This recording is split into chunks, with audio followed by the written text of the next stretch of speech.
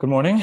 We are starting today with the Devi Bhagavata Purana, Skandha 1, chapter 18.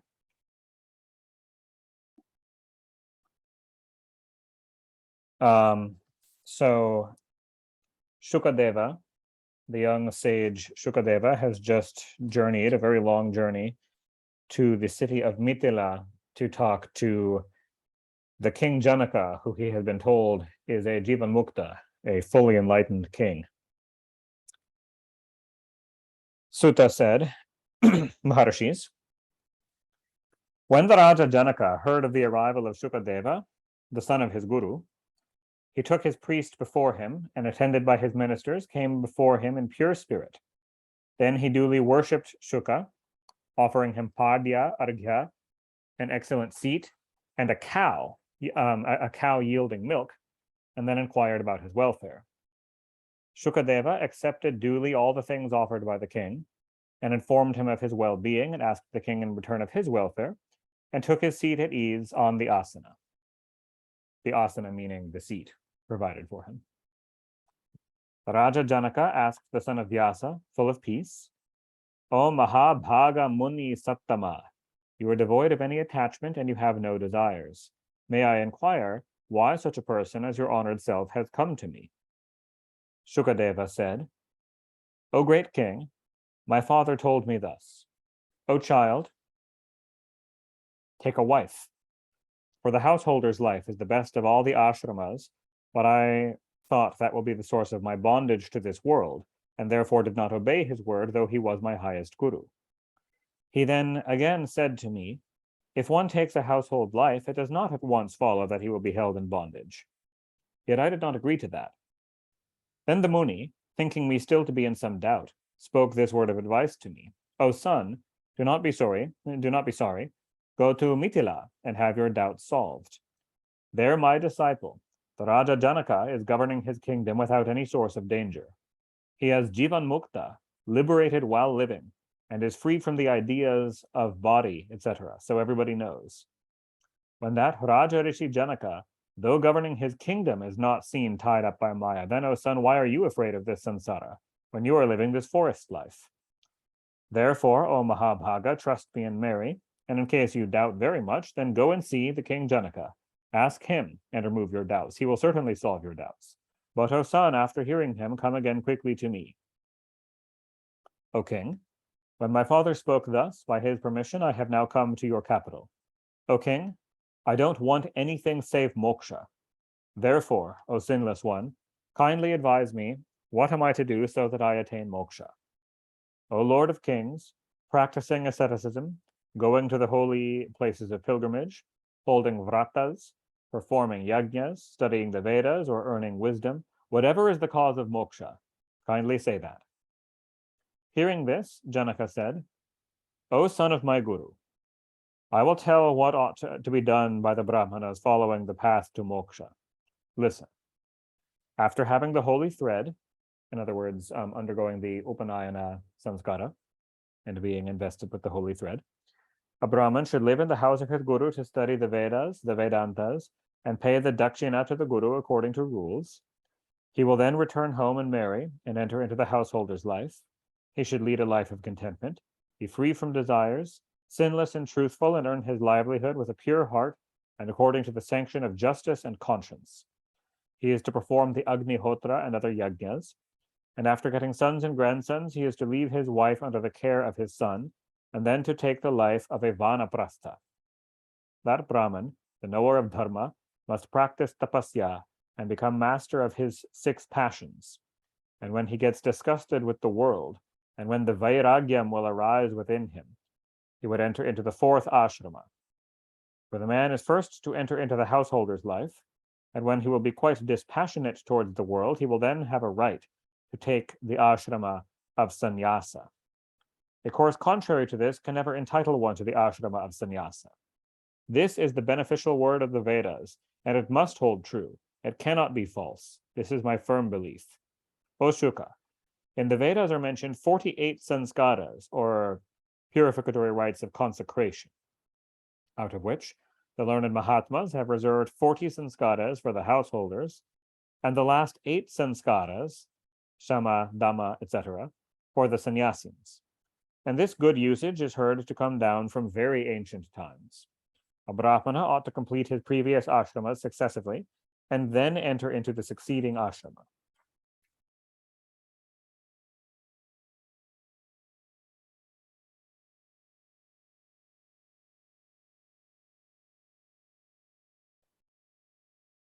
Shuka said, if the pure vairagyam arising out of knowledge and wisdom, from jnana and vijnana, already arises before taking to the grihastha is it still necessary to pass through householder's life, vanaprastha life, etc.?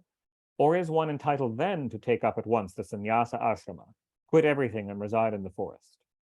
Janaka said, one giving honor to the shastras and gurus, though the powerful passions seem to be under control in the period of unripened yoga, when the yogic state is acquired but imperfect.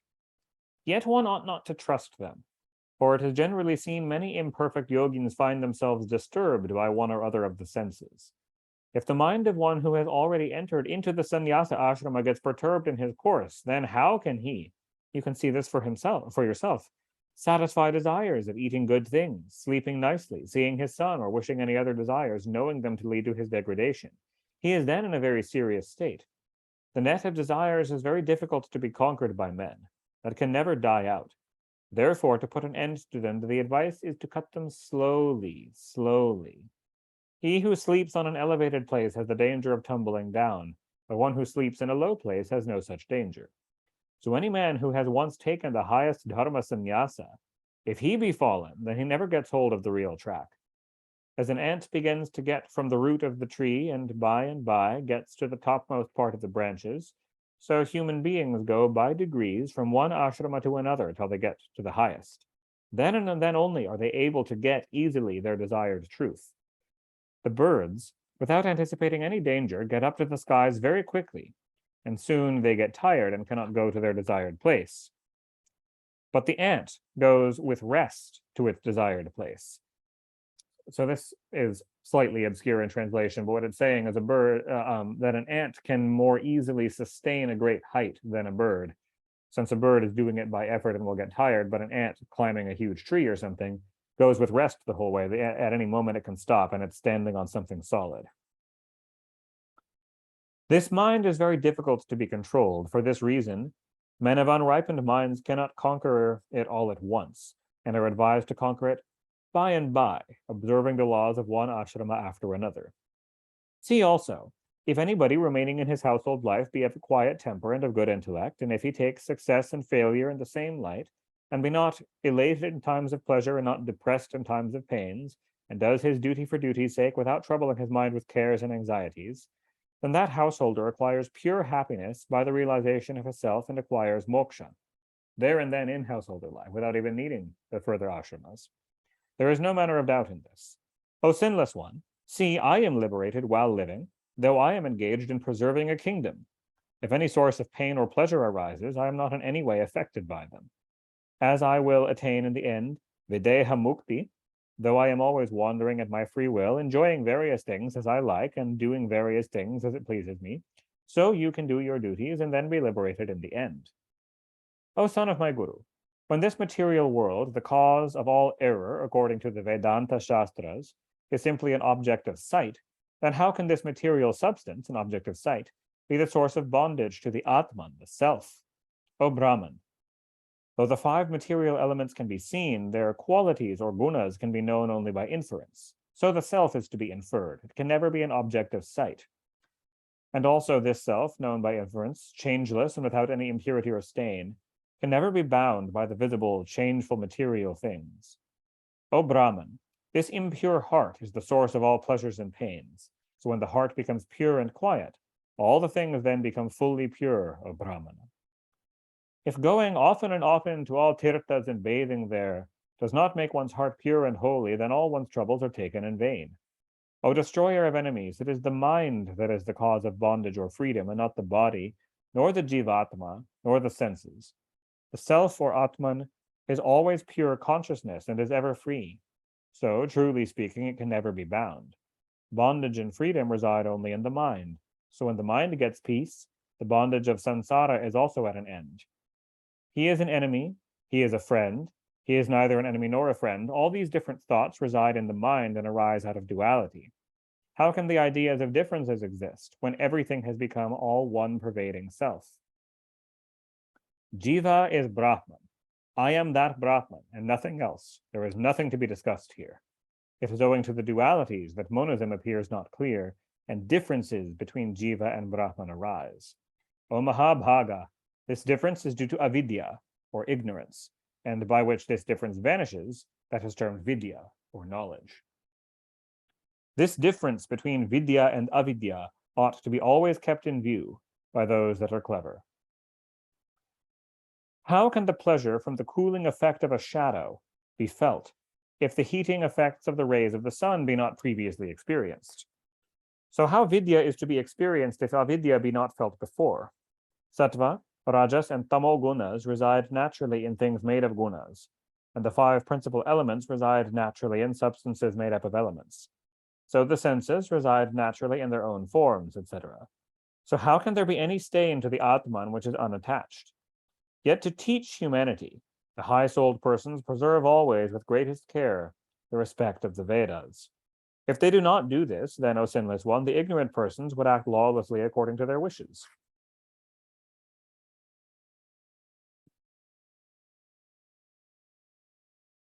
Like the Charvakas, and dharma will become extinct. When dharma will become extinct, the varnashrama will gradually die out. So the well-wishers should always follow the path of the Vedas. Shuka said, O king, I have now heard all that you have said. Still my doubt remains, it is not solved. O king, in the dharma of the Vedas, there is hinsa. The Vedas sometimes say to kill living beings or injure them. And we hear that there is much of adharma in hinsa. So how can the dharma of the Vedas give moksha? O king, one can see before one's eyes that the drinking of somarasa, the killing of animals, the eating of fish and flesh, and so on, are advised in the Vedas. So much so that in the sacrificial ceremony named the Sautramana, the rule of drinking wine and many other vratas are clearly mentioned. Even gambling is advised in the Vedas. So how can mukti be obtained by following the Veda dharma? It is heard that in ancient times, there was a great king named Sheshavindu, very religious, truthful, and performing yajna, very liberal. He protected the virtuous and chastised those that were wicked and going astray. He performed many yajnas, where many cows and sheep were sacrificed according to the rules of the Vedas, and abundant dakshinas were presented to everyone that performed their parts in the sacrifices. In these sacrifices, the hides of the cows that were sacrificed as victims were heaped to such an enormous extent they looked like a second Vindhyachala mountain. The Vindhyachalas are hills that kind of go across part of North India. Then the rains fell, and the dirty water coming out of that enormous heap of skins flowed down and gave rise to a river which was thence called the Charmanvati River. And what a wonder! That cruel king left behind him an ineffaceable fame and went to the heavens. Whatever it may be, it can never come to my head that I should perform the Veda dharma, filled with so many acts of killing and cruelties. Again, when the man finds pleasure in sexual intercourses, and when they do not have that intercourse, they experience pain. How can you expect such persons to attain liberation? Janaka said, the killing of animals in a yajna ceremony is not killing. It is not hinsa, but ahimsa. For that hinsa is not from any selfish attachment. Therefore, when there is no such sacrifice, and animals are killed out of selfish attachment, then that is real hinsa. There was no other opinion in this. Smoke arises from a fire when fuels are placed in it, and smoke is not seen when no fuel is added. So, O Muni Sattama, the hinsa as prescribed in the Vedas is free from all blemishes, selfish attachment, etc., and therefore it is unblameable. So what follows, the hinsa committed by persons attached to objects is the real hinsa. That can be blamed. But the hinsa of those persons who have no desires is not that sort of hinsa. Therefore, the learned that know the Vedas declare that the hinsa done by the dispassionate persons with their heart free from egoism is no hinsa done at all. Odvija, really speaking, The killing of animals done by the householder attached to senses and their objects and done under their impulses can be taken into account as a real act of killing. But, O Mahabhaga, of those whose hearts are not attached to anything, of those self-controlled persons desirous of moksha, if they do an act of violence out of a sense of duty, with no desires of fruits and with their hearts free from egoism, that can never be reckoned as a real act of killing. Thus ends the 18th chapter of the first skandha, on Janaka's giving instructions on truth to Shukadeva in the Mahapuranam Srimad Devi Bhagavatam. Chapter 19. Sri Shuka said, O king, this great doubt arises in my mind, how a man can be free from desires and the rewards of their actions when he lives in the midst of this samsara that is all full of maya. When even by the acquiring of wisdom of the Shastras and the capability to judge which is real and which is unreal, the delusion of the mind is not dispelled until one resorts to the practice of yoga. How then can freedom from desires and liberation come to a householder? The darkness of a room is not destroyed by the mere mention of lamplight. So the wisdom acquired by reading the Shastras can never dispel the darkness of delusion that reigns in the inside of a man. O Lion of Kings, if one wants moksha, one ought not to commit any act of revenge or injury or killing any being. How can this be possible to a householder? Your desires to acquire wealth, to enjoy royal pleasures, and to get victory in battle have not yet subsided. How then can you be a Jivan Mukta? O king, you consider yet a thief thief and a saint saint. You consider a man as your relative or not your relative. These ideas have not vanished from you. How then can you be called Videha? O king, you feel the pungent, bitter, astringent, sour tastes and the like. You feel good and bad rasas, respectively. You become glad when success comes to you, and you feel sorrow when you happen to fail. And you experience the three states, waking, dreaming, and deep sleep, as an ordinary man does. How then can you be said to have attained the Turiya state?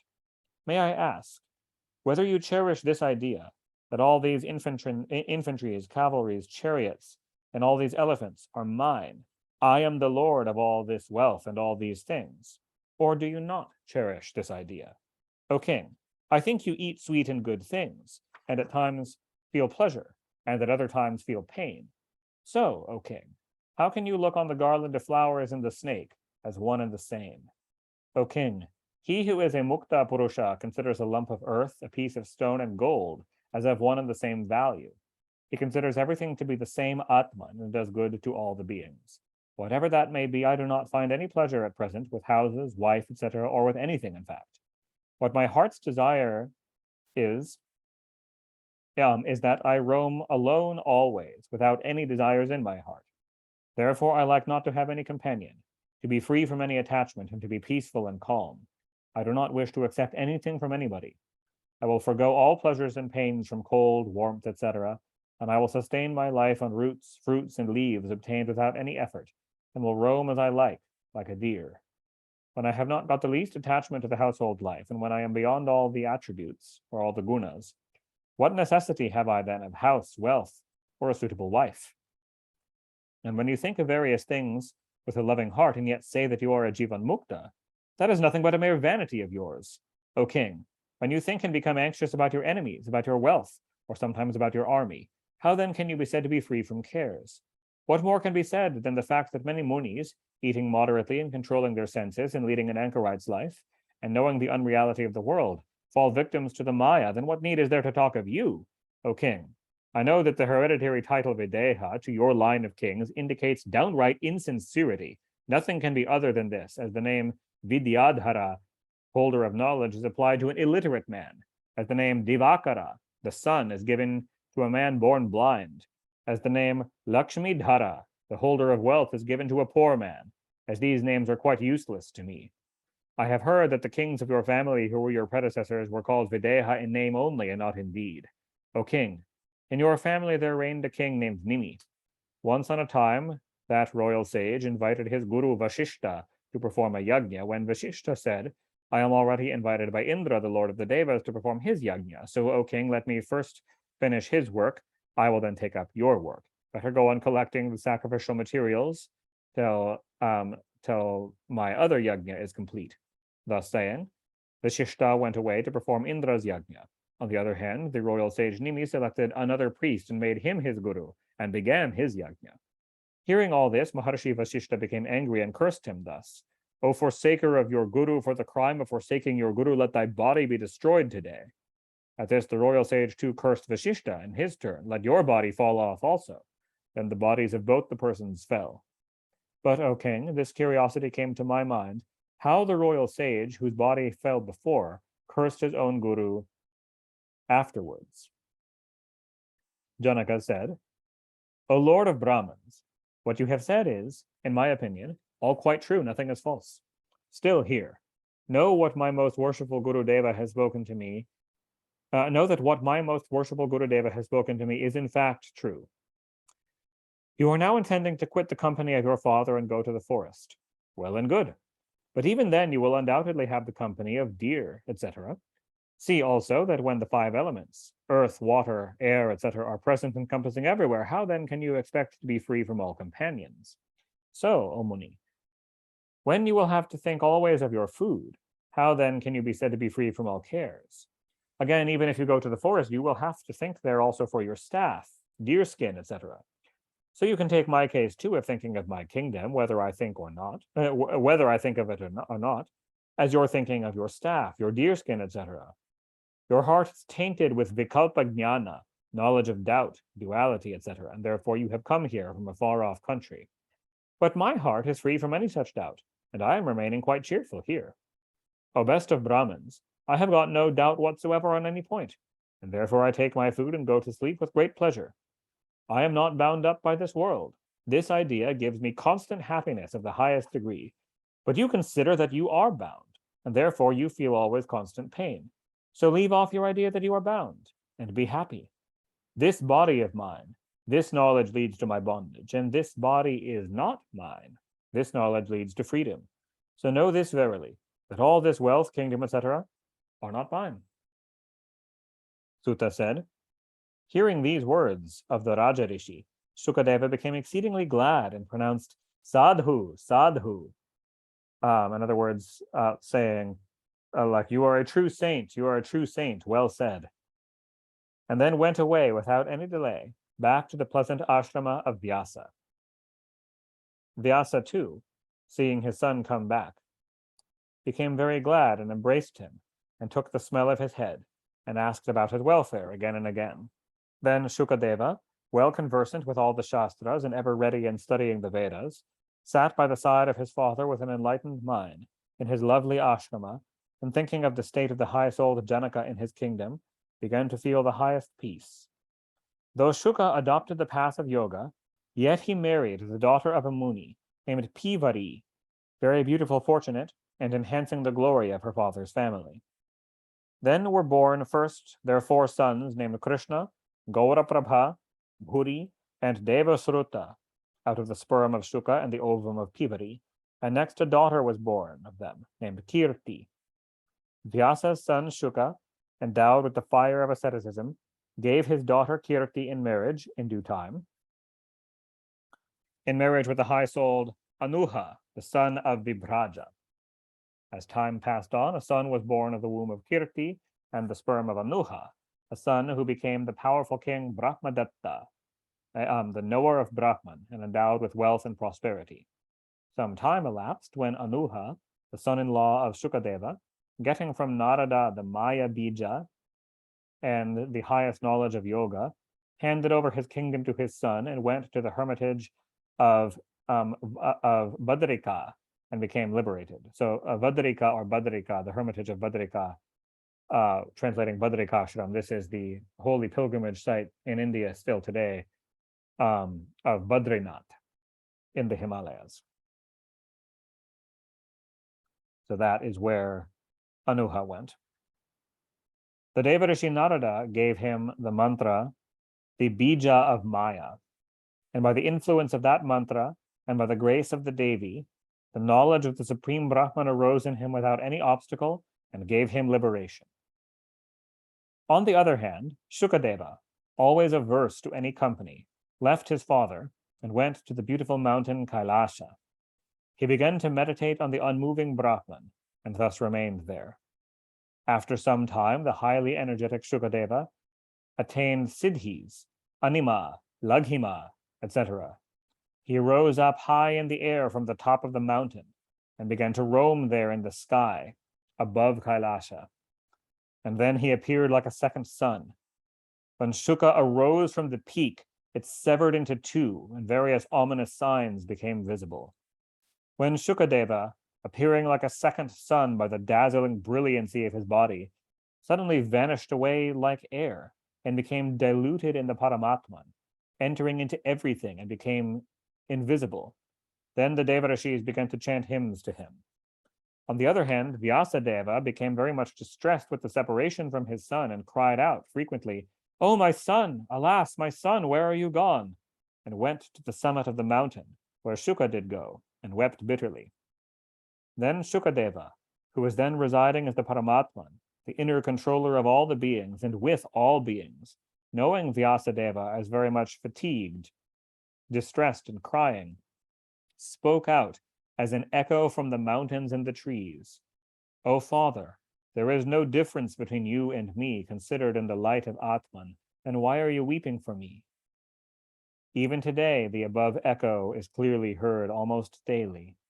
Seeing Vyasadeva grieved very much for the separation from his son and always crying, "Oh, my son, oh, my son," Bhagavan Maheshwara came there, because remember, he's on the peak of Mount Kailasha right now. Bhagavan Maheshwara appeared and consoled him, saying, "O Vyasadeva, your son is the foremost of the yogis. He has attained the highest state, so very rare to the ordinary persons that are not self-controlled. So do not be sorry anymore. O sinless one, when you have realized the Brahma Tattva, then you ought not to express any sorrow for your Shuka who is now stationed in that Brahman. Your fame is now unrivaled only on account of your having got a son like him." Vyasadeva said, "O Lord of the Devas, O Lord of the world, what am I to do now? My grief does not quit my heart anyhow or other. My eyes are as yet unsatisfied in seeing my son. They would like still to see my son." Hearing these sorrowful words of Vyasa, Bhagavan Mahadeva said, "O Muni Sardula, I grant this boon to you, that you will see the form of your son abiding in shadow, very beautiful, by the side of you.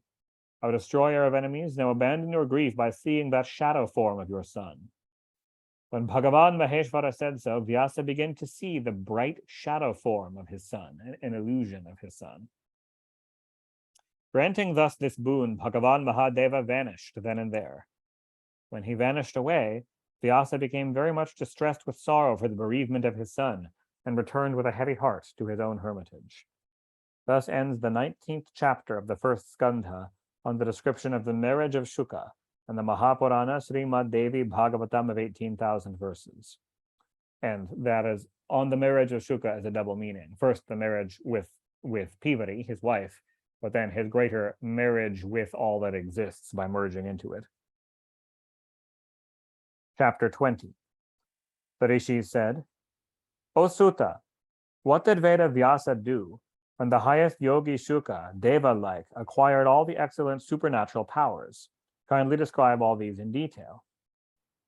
Hearing this question, Sutta spoke, "O rishis, Vyasa already had with him many disciples, Asita, Devala, Vaishampayana, Jaimini, Sumantu, and others, all engaged in the study of the Vedas.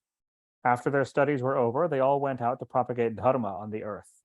Then Vyasa, seeing that the disciples went to earth and his son Shukadeva had gone to the next world, became very much distressed with sorrow and wanted to go to some other place. He then decided to go to his birthplace and went to the banks of the Ganga, and there remembered his auspicious mother Satyavati, forsaken by him before, very sorrowful. She was the daughter of a fisherman. He then quitted that heaven-like mountain, the source of all happiness, and came back to his own birthplace.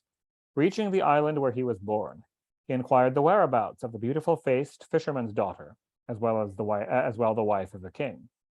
The fisherman replied that their king had given her in marriage to the king Shantanu. Then the king of fishermen, seeing Vyasa there, gladly worshipped him and gave him a cordial welcome and spoke with folded palms thus: "O Muni, when I have become so fortunate as to see you, rare even to the Devas, Then my birth has been sanctified today, and you have purified my family. O Brahman, kindly say what you have come for. My wife, son, and all my riches, and every other thing that I have are at your disposal.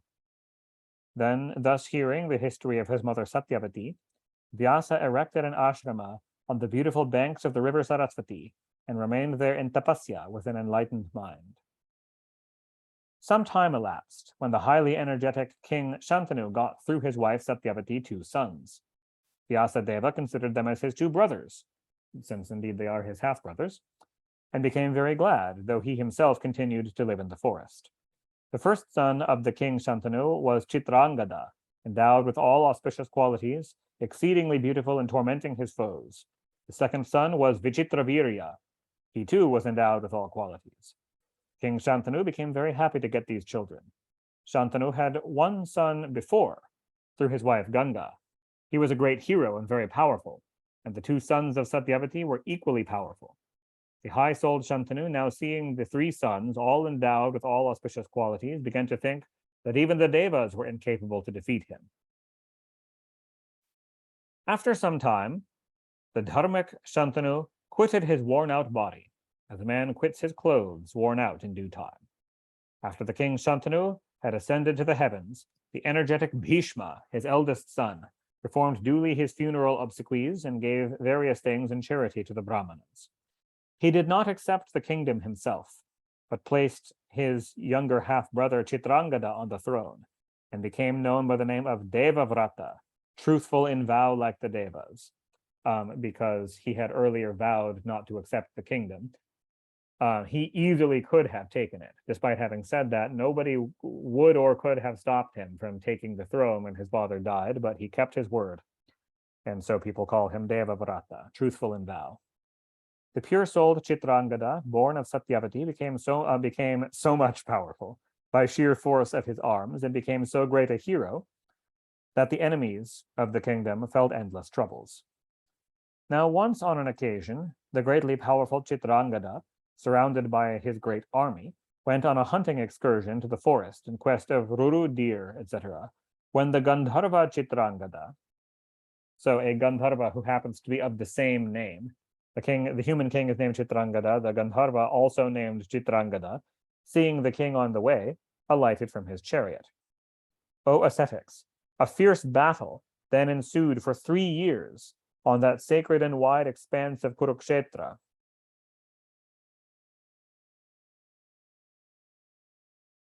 Between the 2 heroes, both equally powerful. In the battle, the king Chitrangada, the son of Shantanu, was slain by the Gandharva Chitrangada and went up to the heavens.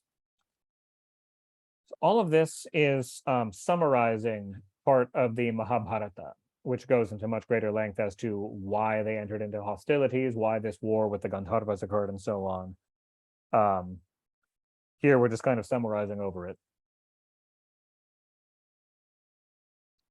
Bhishma, born of the womb of Ganga, hearing the above news that his younger brother, the king, had been killed in battle, expressed his sorrows, and being surrounded by the ministers, completed all the funeral obsequies and installed the 3rd brother, Vichitravirya, on the throne. The beautiful Satyavati became very much agitated by the death of her son, but when the ministers and the high-souled spiritual teachers consoled her, she became glad to see that her youngest son became king. Vyasadeva, too, felt himself exceedingly glad to hear that his youngest brother had been made king. After some time, when the all-auspicious Satyavati's son Vichitravirya attained his youth, Bhishma began to think of his marriage. At this time, the Kashi Raja, the king of Kashi, called an assembly Swayamvara, where the various suitors, royal suitors are invited for his daughter, the princess of Kashi, to select her husband. For the marriage of his 3 daughters, endowed with all auspicious quality at one and the same time. Thousands and thousands of kings and princes from various countries were invited there in the assembly, and worshipped duly, they went and decorated the hall with their presence. At that time, the highly energetic, fiery Bhishma, alone, mounting on the chariot, attacked the infantry and cavalry and defeated all the kings assembled there, and perforce carried away all 3 daughters of Kashiraja and took them to Hastinapura, his city. Bhishma behaved towards the 3 daughters as if they were mothers, sisters, or daughters of him. In other words, not with any sort of romantic or sexual advances, not taking them for himself. And informed Satyavati without any delay of everything that had happened. Then he called for the astrologers and Brahmins versed in the Vedas and inquired about the auspicious day for their marriage. When the day was fixed and when every preparation was made, the religious Bhishma wanted Vichitravirya to marry them, all 3. At this time, the eldest daughter, beautiful-eyed, spoke out modestly to Ganga's son Bhishma. O Ganga's son, the illustrious son of your family and the best of the Kurus, you are the best knower of Dharma, therefore what more shall I say to you? In this Swayamvara assembly, I mentally selected Shalva, and it struck me that he too looked on me with a very loving heart towards me. So, O tormentor of foes, now do what is fit for that sacred family. O Ganga's son, not only you are extraordinarily powerful, but you are also the foremost of the dharmic. Shalva mentally wanted to marry me, and I him. Now do as you like. When the eldest daughter spoke thus, Bhishma asked the aged Brahmanas, ministers, and his mother what ought to be done now, and taking the opinions of all, spoke to that daughter, O beautiful one, you can go wherever you like. Thus saying, Bhishma released her. Then the beautiful daughter of Kashi Raja went to the house of Shalva Raja and expressed to him her heart's desire. O great king, knowing me attached to yourself, Bhishma has quitted me according to the laws of Dharma. I have therefore come to you now. Marry me. O best of kings, I will be your legal wife, for already I used to think of you as my husband, and you too must have thought me your wife. Shalva replied as follows, O beautiful one, when Bhishma caught hold of your arm before me and took you to his chariot, I will not marry you. You can say yourself, what intelligent man can marry a woman touched by another? Therefore I won't marry you, though Bhishma has quitted you in the light of another. Hearing these words of Shalva, the daughter of Kashiraja wept bitterly, yet Shalva left her. Therefore, finding no other way, she went back to Bhishma weeping, and said as follows, O great warrior, Shalva did not consent to marry me, as you first took me to the chariot and afterwards left me. So, O Mahabhaga, you better look to Dharma and marry me, as you know best what is Dharma. If you do not marry me, I will certainly quit my life. Hearing her words, Bhishma said, O beautiful one, how can I accept you when your mind has become attached towards another? So, O fair one, you had better go back to your own father with a calm, clear mind. When Bhishma said thus, that daughter of Kashiraja did not go back out of sheer shame to her father's house, but she went to a forest, and in a greatly solitary place of pilgrimage, she began to practice asceticism. Now the other 2 daughters of Kashiraja, the beautiful and all auspicious Ambalika and Ambika, became the wives of the king Vichitravirya. Thus the powerful king Vichitravirya began to enjoy various pleasures in the palace and in the gardens, and thus passed his time. For full 9 years, the king Vichitravirya enjoyed the sexual pleasures with Ambalika and Ambika. But after 9 years, he became attacked with consumption and fell into the jaws of death, of tuberculosis. Hearing the death news of her son, Vichitravirya, Satyavati became very sorrowful, and surrounded by her ministers, performed his funeral obsequies. Then she spoke privately to Bhishma with a grievous heart. O highly fortunate son, now you had better govern your father's kingdom and see that the family of Yayati does not become extinct. So you had better take your brother's wife and try your best to continue your family line. Bhishma then said, O mother, did you not hear of the promise? He is calling her mother, like he views her as a mother. She is not, in fact, his mother. Did you not hear of the promise that I already made before my father, that I can never marry and govern the kingdom? Hearing these words of Bhishma, Satyavati became anxious. She began to think as follows, how now will the continuity of the family be kept? It is not advisable to remain idle when the kingdom is kingless. No happiness can be derived in this state. Thus thinking, she became exceedingly distressed. Then Ganga's son Bhishma spoke to her. O respected one, do not worry your mind with cares. Now take steps so as to secure a son from Vichitravirya's wife. Call some best Brahmin, born of a good family, and unite him with Vichitravirya's wife. There is no fault, as far as I know, in doing thus to keep up the family line. O sweet smiling one, thus having begotten the grandson, give him the kingdom. I will also obey his commands. Hearing these reasonable words of Bhishma, Satyavati remembered her own son, the sinless Vyasadeva, who was born to her during her virginity, or obviously what we mean by that is before she was married. As soon as Vyasa was remembered, he, the great ascetic and effulgent like the sun, came there. In other words, he telepathically knew that she thought of him. She did not even have to track him down or send for him. He came there and bowed down to his mother. The highly energetic Vyasa was then worshipped duly by Bhishma and welcomed by Satyavati, and began to rest there, shining like a smokeless fire. The mother Satyavati then spoke to that chief of Munis. O son, now procreate a beautiful son from your sperm and the ovum of Vichitravirya's wife. Hearing his mother's words, Vyasa considered them as the Veda's own injunction and thought they must be obeyed, and promised before her that he must obey and fulfill her orders. He remained there, waiting for the menstruation period.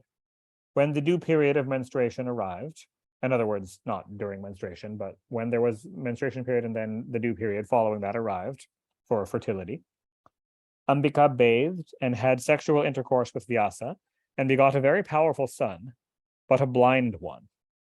Seeing her son born blind, Satyavati became exceedingly sorry. She then asked her mother's son's wife, go soon, her other son's wife, Ambalika, go soon and get a son born of you in the aforesaid manner. And when the appropriate fertile period arrived, Ambalika, during the night time, went to Vyasa and mixed with him and became pregnant. In due time, a son was born. That child was of a very pale color, an albino. So Satyavati thought the new child too unfit for the kingdom. Therefore, at the end of the year, again asked her son's wife Ambalika to go to Vyasa. She asked Vyasa also for the same purpose and sent Ambalika to his bedroom. But Ambalika became afraid and did not go herself, but sent her maidservant for the purpose. Thus, from the womb of the maidservant, the high-souled Vidura was born, having Dharma's parts and the most auspicious towards all. Thus, Vyasa begot 3 very powerful sons, Dhritarashtra, the blind, Pandu, the albino, and Vidura, for the continuity of the family line. Vidura, of course, was ineligible as he was born not of the queen, but of a maidservant. O sinless Maharshis, thus I have described to you how my Guru Vyasadeva, who knows well all the dharmas, kept up the continuity of his family, and how he begot sons in the womb of his brother Vichitravirya's wives, according to the laws of dharma to keep up a family. Thus ends the 20th chapter of the first skandha, as well as the first skandha on Vyasa, as well as ends the first skandha itself on Vyasa doing his duties in the Mahapuranam Srimad Devi Bhagavatam of 18,000 verses by Maharshi Veda Vyasa.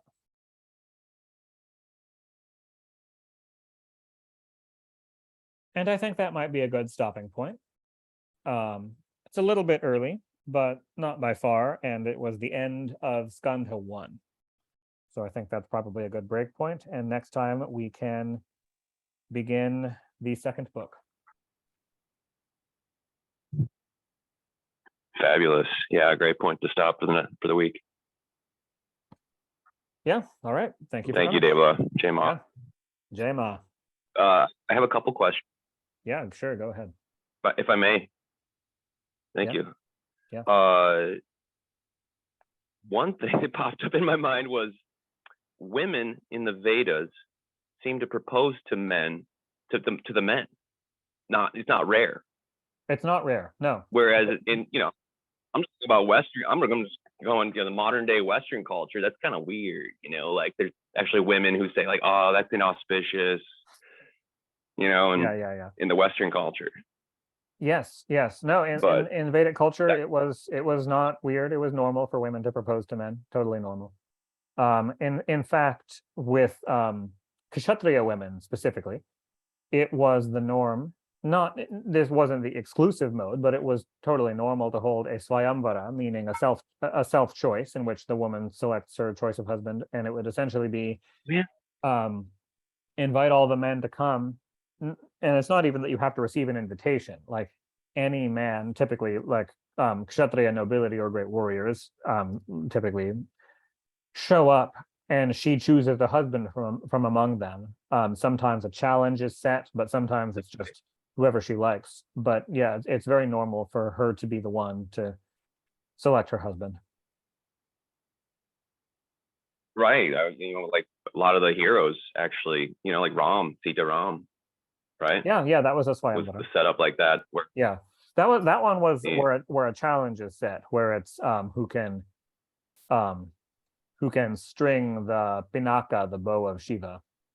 But at other ones, for example, the one we just read about, this Swayamvara of um, Kashi for three princesses at once, there was no challenge mentioned. It's just come and they each choose who they want. Although, of course, Bhishma interrupted those proceedings. But yeah, that was a common way of doing it. right. Yeah. Whoa. Wait, so that was one of those ceremonies where the girls were gonna choose, and that's when Bhishma threw down and killed like the thousands of kings from different countries. He like he just took the three girls. That is what he did. Yep, for Wow. Vichitravirya. Yeah. Yeah. Wow. And now, side question, related question. Um, it was really interesting to hear, thousands of kings from different countries, Yeah. and the legend Kings I've heard and of. princes. Most of the thousands were not kings. Thousands of kings and princes. So princes kind of like noblemen. Um, Many of them were probably actually rajas, but not all of them. And I've heard legend that Bhishma, if this is this Pandava, Bhishma. Well, he himself is not a Pandava, but the Pandavas. So he will be the what the um grand uncle of the Pandavas. Yes. Oh, because there's a. Oh, this is the uncle. I'm thinking of. Is it Bhima? Bhima's Bhima. the Yeah, yeah, Pandava. yeah, yeah, yeah. Yes, Bhima. Yes, Oh, this Bhishma Bhishma is the Pandava's grand is uncle. the and oh right, and that chooses to go with Yudhishthira in the Mahabharata and stuff. Chooses to go. Well, I Or mean, yeah, not Yudhishthira, the what's his name? Duryodhana. Duryodhan. In the war, yeah, Bhishma is Yeah, on the side of right, Duryodhana. Not even really through choice, but right. through the direct orders of his king. All Yeah, the policies. Yeah, wow. yeah, Okay, and then now I heard that so I was I got the two confused, Bhima and Bhishma. sure, sure. But as long as we're on the topic, I did hear that Bhima married an Ethiopian woman. Do you know anything about this? Does this come up in our stories ever in the Vedas? Well, it come. I do know what this is referencing. It comes from the Mahabharata. I don't think it'll come up. I don't think it comes up in the Devi Purana, Devi Bhagavata Purana. I actually personally Yeah. don't think that's true. Um, so Okay. what it says in the Mahabharata and the other Shastras is he married Hidimbi, a Rakshasi woman. Um, Yeah. Yeah. Right. yes. Um, I do not think she was Ethiopian. I have heard people say Okay. that. I do not think that she was from anywhere in Africa. The Right. geography is pretty clear in the scripture where she was. It was in India. It was in northern India. She was She also wasn't human at all. She was a Rakshasi. She was from the forests from up in the mountain in Himalayan forest lands, from the state in India, what's now called Himachal Pradesh, and the cedar forests up there. That was the region where she was from. There's whole local regions where she was from, and like people there who still worship her tribe of Rakshasas as their Grama Devas, or village deities in the forest there. That was her native place. It wasn't from Ethiopia, in my opinion. Okay. Yeah. Anyway, I was getting the two characters mixed up, but it was just, to hear the kings from different countries, thousands, and princes was interesting. Yeah. It just makes me wonder, like, which countries those stuff, like who was India, yeah. communing with back in those days. Most of them were India. India at the time was dozens and dozens of different countries, or rajas. At the time, most rajas ruled one city. It would be unusual. Like a great king might have two cities. These are, they're rulers of rulers of small city states. Like if you go halfway between two cities, you're crossing the border to a different king. So most of them were just from all over India, the rulers of cities. Mm-hmm. Cool. But they did range beyond what is today India. It ranged well into like there were kings coming from Gandhara, which is today in Afghanistan, so pretty far out to the northwest. Sometimes there's mentions of kings of China or China. You'll hear mentions from as far as deep into what is now like Malaysia or Cambodia. So it was fairly wide ranging, but mostly kings of small city states from across South Asia. Yeah. Nice. Oh, yeah. Thanks so much, Devla. Yeah, they mentioned you today. Your my namesake. Yeah. Rishi Devala. Yeah, that's who I was named after. One of the rishis. All right. Yeah. Thank you very much for coming. All right. Well, thank you so much. Yep. Jai Ma. Jai Ma.